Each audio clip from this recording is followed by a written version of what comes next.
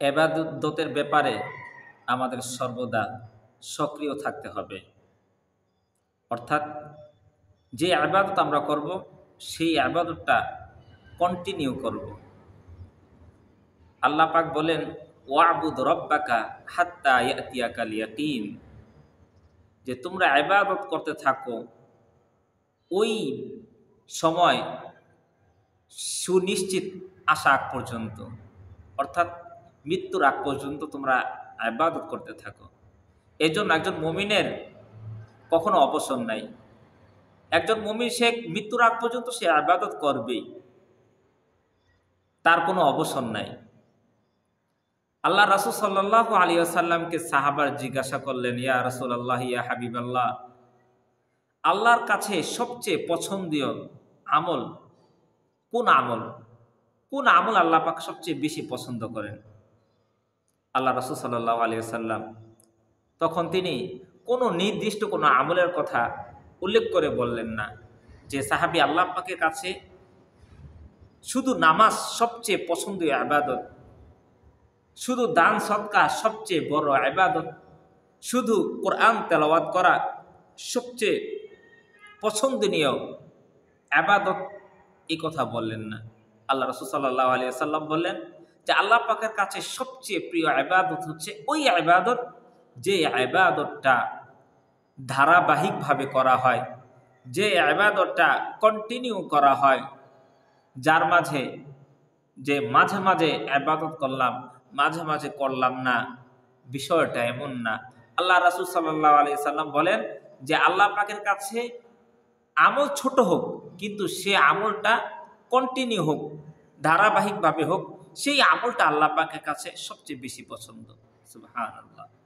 আখলিস দীনাকা ইয়াকফিকাল আমালুল কলিল। আল্লাহ রাসূল বলেন যে তোমার আমল কম হোক কিন্তু সে আমলটা যদি খাঁটি সহি হয়, সে আমলটা তোমার নাজাতের জন্য, এটাই তোমার জন্য যথেষ্ট হবে। সুবহানাল্লাহ।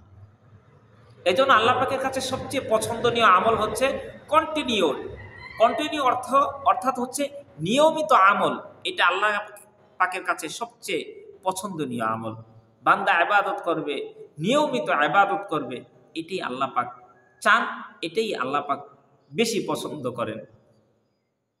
অর্থাৎ আপনি ধরেন আপনি নামাজ আদায় করেন, আপনি নফল ইবাদত করেন, সেই নফল ইবাদতের ক্ষেত্রে আপনি মাঝে মাঝে পড়েন, মাঝে মাঝে সপ্তাহে একদিন পড়েন। এই ইবাদত থেকে আল্লাহ পাকের কাছে পছন্দনীয় ইবাদত হচ্ছে আপনি দৈনিক নফল 2 রাকাত হইলেও পড়েন আপনি, কিন্তু এই ইবাদতটা আপনি কন্টিনিউ করেন, মাঝে মাঝে না। এটাই আল্লাহ পাকের কাছে সবচেয়ে পছন্দনীয় আমল। আপনি কোরআন তেলাওয়াত করবেন, আপনি প্রত্যেক দিন একটা নিয়ম করে নেন যে আমি প্রত্যেক দিন আমি 1 পারা অথবা একটা সূরা অথবা 5 পৃষ্ঠা করে আমি পড়ব। আর এইটাই কন্টিনিউ করেন, আপনি প্রত্যেক দিন পড়েন, নিয়মিত পড়েন। এটাই আল্লাহ পাকের কাছে পছন্দনীয় আমল। আল্লাহ পাক এটাই চান। আপনি মাঝে মাঝে পড়লেন, সপ্তাহে 1 দিন পড়লেন, মাসে 1 দিন পড়লেন, এতে কোরআনের হকও আদায় হবে না। এই জন্য নিয়মিত আপনি দৈনিক 1 পৃষ্ঠা পারেন, প্রত্যেক দিন চেষ্টা করবেন 1 পৃষ্ঠা পড়ার জন্য। আপনি সপ্তাহে 1 দিন জুম্মার দিন আসলে, শুক্রবার দিন আসলে আপনি 10 টাকা দান করেন, 20 টাকা দান করেন মসজিদে। এই দান খয়রাতটা ফকির মিসকিনদের দেন সপ্তাহে 1 দিন। এটা সপ্তাহে না করে আপনি নিয়মিত করেন যে প্রত্যেক দিন আমি কোনো ভিক্ষুক বলেন, কোনো মসজিদ বলেন, আপনি দৈনিক 5 টাকা 2 টাকা করে দেন। নিয়মিত আপনি ইবাদতটা, সকল ইবাদতের ক্ষেত্রেই আমি যদিও 3টার উদাহরণ দিয়েছি, সকল ইবাদতের ক্ষেত্রে আপনি এইভাবে ইবাদত করতে পারেন। আর এটাই আল্লাহ পাকের কাছে সবচেয়ে পছন্দনীয় আমল। আম্মা জান আয়েশা রাদিয়াল্লাহু তাআলা আনহা তিনি বললেন যে আল্লাহ রাসূল সাল্লাল্লাহু আলাইহি সাল্লাম যদি কখনো রাত্রে তিনি তাহাজ্জুদ নামাজ আদায় করতেন, প্রত্যেকদিন নিয়মিত ইবাদত করতেন, নফল ইবাদত করতেন। যদি কোনো কারণবশত, কোনো অসুস্থতার কারণে, ব্যথার কারণে, ব্যস্ততার কারণে যদি নাও করতে পারতেন, তিনি পরের দিন সকালে এই রাতের ইবাদতটা, নামাজটা তিনি দিনে পড়ে নিতেন। সুবহানাল্লাহ। অর্থাৎ তিনি ইবাদতটা কন্টিনিউ করেছেন। আপনি যদি সাহাবাদের দিকে তাকান, ওই সাহাবারাও তারা কন্টিনিউ ইবাদত করেছেন, যে ইবাদতটা ধরেছেন সেটা তারা নিয়মিত করেছেন। এমন না যে মাঝে মাঝে করলাম মাঝে মাঝে করলাম না, এমনটা করে নাই। তারা যেটা ধরেছেন আমল, সেটা কন্টিনিউ আমল করেছেন।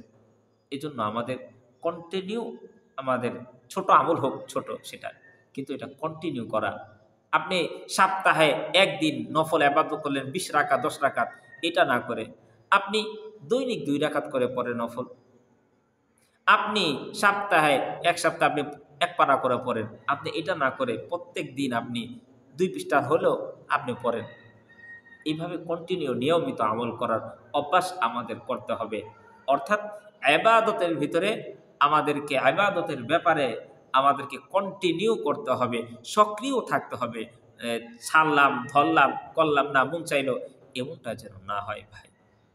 কন্টিনিউ ইবাদত করার আমরা চেষ্টা করব। আল্লাহ রাসূল সাল্লাল্লাহু আলাইহি ওয়াসাল্লাম আব্দুল্লাহকে বললেন, ও আব্দুল্লাহ, তুমি ওই ব্যক্তির মতো হইও না যে ব্যক্তি সারা রাতের বেলা জাগ্রত রইল অথচ নামাজ আদায় করলো না। অর্থাৎ রাতের বেলা জাগ্রত আছো, তুমি একটু নামাজ পড়ে নাও, আর এটা তুমি প্রত্যেকদিন কন্টিনিউ করে নাও। আল্লাহ পাক আমাদের প্রত্যেককে তার ইবাদতের ব্যাপারে ধারাবাহিকতা, নিয়মিত ইবাদত করার তৌফিক দান করুন।